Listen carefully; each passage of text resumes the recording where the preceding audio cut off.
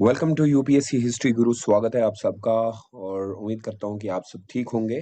आज हम क्लास 8 की एनसीईआरटी हिस्ट्री की बात करेंगे। बहुत सारे बच्चों का कहना था कि सर आप एक सीरीज चलाइए जिसमें आप बताइए कि एनसीईआरटी के बुक में से कौन कौन से टॉपिक हमें पढ़ने हैं और कौन से पॉइंट हमें पढ़ने हैं। तो इस पूरी वीडियो में मैंने आपको क्लास 8 की एनसीईआरटी बताई है। कल में ये कंप्लीट सीरीज चलेगी, तो प्लीज पर डे आपको ये मिलेगा। तब तक हम पूरी एनसीईआरटीज का ये देखेंगे। क्लास 8 की एनसीईआरटी में अगर आप इंपॉर्टेंट टॉपिक्स बात करेंगे तो चैप्टर नंबर फर्स्ट में आपको जेम्स मिल के बारे में पढ़ना है। अब यहाँ पे देखिएगा कि जेम्स मिल के बारे में भी क्या पढ़ना है। ऐसा नहीं है कि आप खुद से पढ़ रहे हैं। तो जेम्स मिल की एक कहानी थोड़ी सी आप पढ़ लीजिएगा।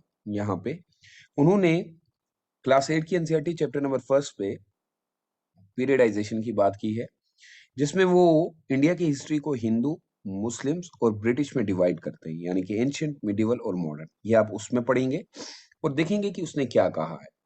क्या ये पीरियडाइजेशन करना सही था या नहीं था। ये सिर्फ मैं आपको ओवरव्यू दे रहा हूँ कि क्या क्या पॉइंट आपको पढ़ने हैं।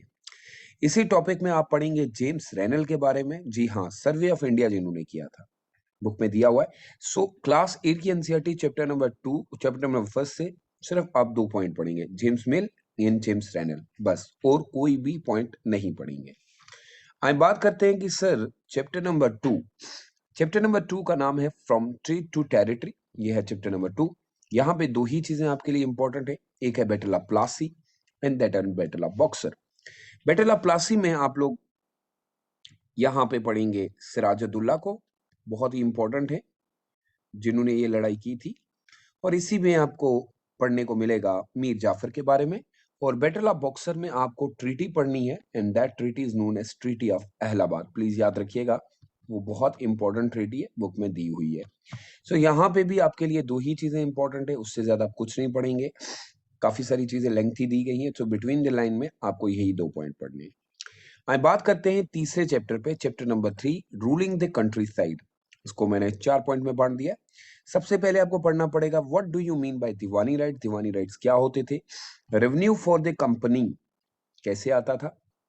Blue rebellion, very very very very much important, please देखिएगा। और यहाँ पे देखिएगा इकोनॉमिक पॉलिसी, बहुत बार यूपीएससी प्री का यहाँ से क्वेश्चन पूछ चुका है। यहाँ है जमींदारी सिस्टम, पता करना पड़ेगा आपको जमींदारी सिस्टम किसने इंडिया में इंट्रोड्यूस किया, रियायतवारी सिस्टम किसने इंट्रोड्यूस किया था, and then the mahalwari system किसने इंट्रोड्यूस किया था। प्लीज ये देखिएगा, बहुत इंपॉर्टेंट है। आप सब जानते हैं कि ब्रिटिश के समय में उन्होंने हमें इकोनॉमिकली बहुत ज्यादा जो है वीक भी कर दिया था। देखिए कितना, इसको, इसी चीज को मैं बार बार कहता हूं आपको, this is known as BTL। ये होता है बिटवीन द लाइन पॉइंट, यानी क्या पॉइंट पढ़ने हैं बस। और सबसे बड़ी बात, जब भी आप पढ़ रहे हैं तो आप देखिएगा कि आपका जो कंटेंट है ना वो बहुत लेस रहना चाहिए। लेस मतलब बहुत ही कम, लेकिन क्या होना चाहिए, वो होना चाहिए एथेंटिक। एथेंटिक मतलब सही, एथेंटिक होना चाहिए। ठीक है, इसको ये देख लीजिएगा। और जो भी चीज बनाएंगे वो सिर्फ माइंड मैप से बनाएंगे। आए चैप्टर नंबर 4 की बात करते हैं। चैप्टर नंबर 4 का नाम है tribal and डिक्यूज।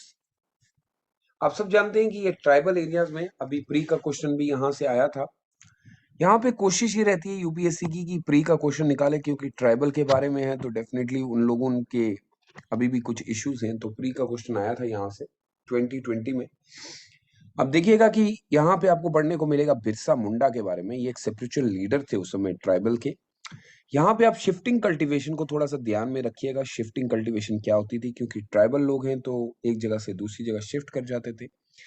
Problem with the trade, क्या प्रॉब्लम कर फेस करनी पड़ी। जैसे ही ब्रिटिश लोग आए तो इन्होंने इनको सताना शुरू कर दिया, तो इनकी जो ट्रेड हुआ करती थी उसके ऊपर बहुत ज्यादा प्रॉब्लम हो गई। फिर बने कुछ फॉरेस्ट लॉ, और फॉरेस्ट लॉ जो बनाए गए उसमें अगर आप देखेंगे तो रिजर्विड हो गए, ठीक है, प्रोटेक्टेड फॉरेस्ट हो गए।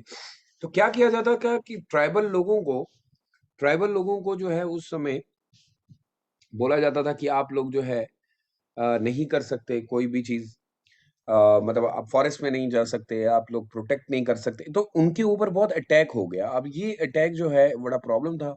अब फॉरेस्ट लॉ बना रहे थे, तो इससे भी आपको पता करना पड़ेगा कि क्या सर जो कानून बने। अब देखिए कल ही एक वीडियो मैंने डाली थी फॉरेस्ट के बारे में, जिसमें मैंने उत्तराखंड, मिजोरम, त्रिपुरा के बारे में बताया था। ये चीजें बड़ी करंट से आपको जोड़नी पड़ेंगी। अच्छा, उसके बाद ये बोल रहा है कि how did the tribal groups, किस तरीके से ट्राइबल लोग रहा करते थे। जी हाँ, इनके बारे में बताइए किस तरीके से रहा करते थे। ये आपको पढ़ने के बाद फिर से करंट के साथ जोड़ना पड़ेगा। और उसके बाद बताइए कि कंपनी जब आई, यानी कि ईस्ट इंडिया कंपनी की बात कर रहा है, तो ईस्ट इंडिया कंपनी के आने के बाद कैसे जो है इनकी जिंदगी पे प्रभाव पड़ा। How company rule affected the tribals लोगों की जिंदगी पे क्या दबाव पड़े थे। तो आप सब जानते हैं जब आइए लोग आए तो भाई इनकी जिंदगी को इन लोगों ने बर्बाद करके रख दिया, क्योंकि इनको गांव से निकाल दिया गया, फिर दूसरी जगह भेजा जाता था और इनको बाद में स्लेव बना दिया गया। जी याद रखिएगा, स्लेव बनाया गया था। सो ये चैप्टर आपके लिए बहुत इंपॉर्टेंट है। आई होप कि आप जब ये चैप्टर पढ़ें, सो इस चैप्टर को जो मैंने पॉइंट्स आपको बताए, शिफ्टिंग कल्टीवेशन हो गई, प्रॉब्लम विद ट्रेड हो गई, फॉरेस्ट लॉ हो गए, ट्राइबल्स ग्रुप्स हो गए, हाउ कंपनी रूल इफेक्टेड, इनके बारे में प्लीज एक बार पढ़ लीजिएगा, बहुत इंपॉर्टेंट है, मिस आप नहीं कर सकते। क्लास 8 की एनसीईआरटी चैप्टर नंबर 4 आपको पढ़ना ही पढ़ना पड़ेगा। आए आगे चैप्टर की बात करते हैं। अगला चैप्टर हमारे लिए बहुत इंपॉर्टेंट है। जी हाँ, ये है revolt of 1857, when people rebel 1857, chapter number 5। इसमें इतना दिया है कि क्या थी ये म्यूटनी, और ये म्यूटनी किस तरीके से एक रेबिलियन बन गई, बड़ा सिंपल सा दिया। दूसरा यहाँ पे बताया गया है मंगल पांडे, ये इंपॉर्टेंट है। और तीसरा यहाँ पे दिया गया है फ्रॉम मेरठ टू दिल्ली, किस तरीके से लोग जो है मूवमेंट करते हैं। याद रखिएगा, रिवोल्ट ऑफ 1857 के अंदर बड़ा बेसिक दिया है, मेरी बात याद रखिएगा। बहुत सारे बच्चे बताएंगे कि सर नहीं, हम तो बड़ी बुक से ही कंप्लीट। भाई ये एनसीईआरटी जो है ना, यहाँ से आपकी बेसिक्स क्लियर करेगी। सो प्लीज एटलीस्ट एक बार ये पढ़ लीजिएगा। सो पहले पढ़ेंगे म्यूटनी किस तरीके से रेबिलियन बनती है, फिर मेरठ से लोग निकलते हैं, दिल्ली पहुंचते हैं, जहां पे ये बहादुर शाह जफर को जो है शाही हिंदुस्तान का खिताब देते हैं, ये आपको पता चलेगा। इसी में आपको ये भी पता चलेगा कि किन कौन कौन से लीडर्स ने इसमें पार्टिसिपेट किया, कि यूपीएससी पूछता है लीडर। फिर इसी में आपको पता चलेगा कि एरियाज कौन कौन थे, कहाँ कहाँ पे इन एरियाज में जो है इम्पैक्ट करता है। फिर मंगल पांडे की फांसी के बाद जो है लोग किस तरीके से ज्यादा रिवॉल्ट करने, किन किन लोगों ने इसमें पार्टिसिपेट किया। सो प्लीज ये देख लीजिएगा। सो यहाँ से भी एक बहुत अच्छा ओवरव्यू निकाला जा सकता है, लेकिन मैं फिर वही कहूंगा कि आपको यहाँ पे सिर्फ माइंड मैप पे काम करना है, और कुल 5 ही चैप्टर आपको क्लास 8 की एनसीईआरटी से पढ़ने हैं। और जी समझिएगा कि ये जो आप कर रहे हैं, ये किस चीज के लिए कर रहे हैं भाई, तो ये आपको हेल्प करेगा मॉडर्न मॉडर्न इंडियन हिस्ट्री में। कल जब आप स्पेक्ट्रम पढ़ेंगे ना भाई, तब आपको ये फायदा देगा। प्लीज सिर्फ और सिर्फ माइंड मैप बनाएंगे, एक पॉइंट बहुत इंपॉर्टेंट।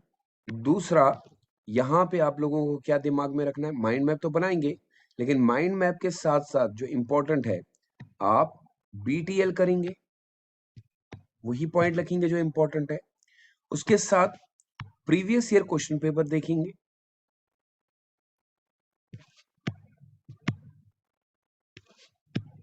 ठीक है बेटा, ये मैं लिख रहा हूं तो आप देख लीजिएगा, प्रीवियस ईयर पेपर देखेंगे। प्लस ये करने के बाद जब आप ये एनसीईआरटी, प्लीज आप जो बुक के पीछे टेक्स्ट क्वेश्चंस दिए होते हैं उनको भी एक बार देख लीजिएगा, वो बहुत इंपॉर्टेंट होते हैं। कभी कभी तो यूपीएससी सीधा बुक से ही छाप देता है। तो इससे मैं उम्मीद कर सकता हूं कि यहां से हम लोग अपने प्री के लिए और मेंस के लिए सवाल निकाल सकते हैं। सो उम्मीद करता हूं कि ये वीडियो आपको बहुत अच्छी लगी होगी। नेक्स्ट वीडियो हम लोग किसके बारे में पढ़ेंगे भाई, नेक्स्ट वीडियो आएगी क्लास 9 की एनसीईआरटी। सो रेडी रहिएगा, क्लास 9 की नेक्स्ट वीडियो। तो आपको ये वीडियो तभी मिल पाएगी अगर आपने सब्सक्राइब किया, वरना आपसे छूट जाएगी। इसी तरीके से 10th, फिर 11th और फिर 12th की हम सारी वीडियोस को इसी तरीके से कवर करेंगे। सो अपना प्यार मोहब्बत बनाए रखें। Thank you so much, take good care of yourself, stay safe and stay blessed, bye bye.